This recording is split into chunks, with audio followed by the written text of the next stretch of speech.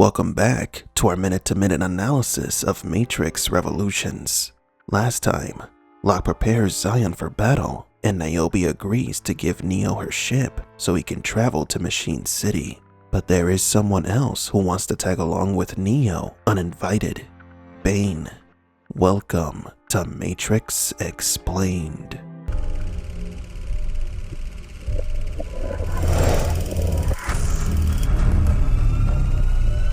Welcome to the desert of the real. Maggie is preparing a syringe to inject Bane. This scene is quite interesting because it mirrors Morpheus' interrogation scene from the first movie. Only this time, it is a human who is about to interrogate an agent.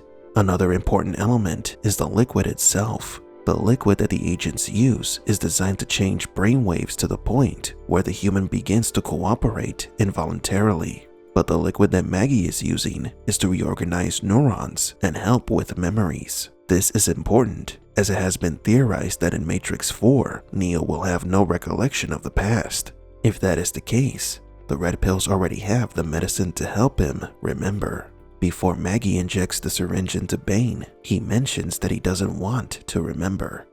What if I don't want to remember? Maggie gets the feeling that something is wrong and goes on the offensive. She tries to inject Bane, but he stops her and stabs Maggie with the scalpel he had concealed on his person, killing her. The fact that Maggie attacked Bane with the syringe led us to reevaluate the effects of the liquid. Maybe the medication also works as an anesthetic. But sadly, Bane was faster than Maggie. Neo must now go, and he knows that it is a one-way trip. It's a suicide mission, but he knew that Trinity was going with him. Again, a reference to his mission to rescue Morpheus. Trinity will follow Neo no matter what or where. She lets him know this by telling him that nothing has changed.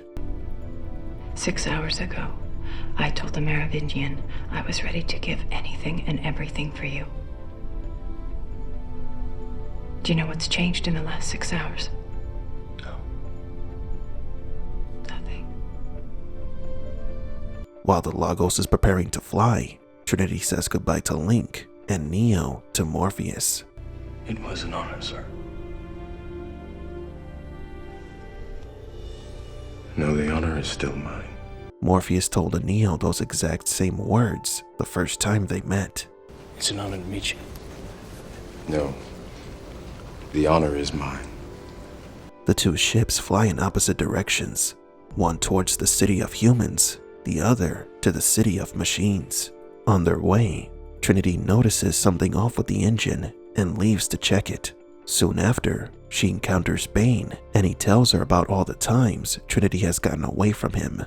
No one ever got away from me as many times as you did. Every single time I thought it was the last. Every time I was sure we had you, but somehow you'd slip through our fingers. I really can't express just how aggravating that can be. Remember that Trinity is one of the most powerful and agile red pills. The first time we met her, she was running away from Agent Smith. She has been getting away from him for a long time. Smith knows that he can finally kill her because they are in the real world, but Trinity surprises him by attacking him. Although Trinity does not have the same fighting skills as she does in the Matrix, she manages to escape from Bane. Smith forgets that he has no powers either. From the way that Trinity fights in the real world, we deduce that some of the skills learned in the Matrix stays with the red pill in the real world. But of course, Trinity does not have the strength nor the dexterity that she has in the Matrix, so she runs. Trinity smashes Bane's face and alerts Neo. For the red pills, for one of their own to act like this is a sign that the human has been detached from reality. Meanwhile, back at the Hammer, the crew discovers poor Maggie. Neo finds Bane holding Trinity as a hostage. Neo charges the lightning gun, a weapon that the red pills use against the Sentinels. The only other time that a red pill used this weapon against another red pill was when Tank killed Cypher. Perhaps this weapon will save Neo from another traitor, Bane. Of course, Neo still doesn't know who he is facing. Mr. Anderson, I see you are as predictable in this world as you are in the other. Something interesting about this scene is that Smith, like the Oracle, refers to the simulation as another world. It is as if he gives equal importance to the real world and the simulation. For Smith, they are two worlds that he must control. It might appear that way to you, but Mr. Anderson and I know that appearances can be deceiving. Neo refuses to believe that the one in front of him is the one who he thinks he is. But the movie script describes that Neo does recognize something familiar about Bane, to which Bane asks if he is confused. Confused, Mr. Anderson? It'll all become clear in a moment. Now, thank you for bringing me the gun. You can set it down right there. Don't do it. Shoot. Shoot now. Neo knows that he can't shoot. The lightning will kill them both. There must be another way to deal with the situation. Trinity tells him to do it, but Smith knows he won't, even though he should. Look at him. He knows he should do it, but he won't. He can't. Do it. Neo has made choices before understanding them. Neo knew that he had to save humanity, but he chose to save Trinity instead. He knows that he has to kill Bane, but he decides not to. Neo will always choose Trinity, even if it's not rational. Smith was referencing the Oracle. Neo asks him to let Trinity go as he drops the gun. Smith lets the girl go, picks up the lightning gun, and points it at Neo. Neo now finds himself in the same position he was at the end of The Matrix, when Smith shot him. This entire scene mirrors the first movie, only instead of it happening in the simulation, it's happening in the real world.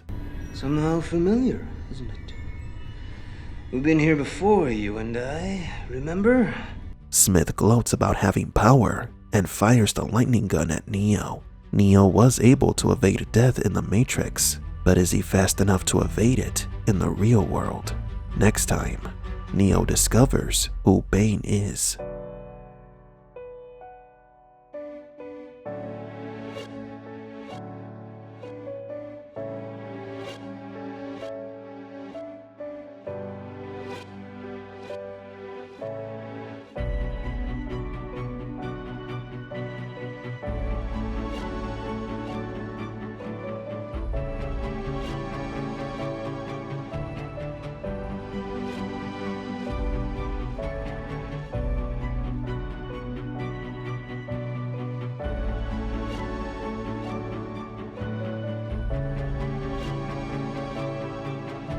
For Matrix Explained, please leave a like and subscribe. And thank you for visiting the Desert of the Real.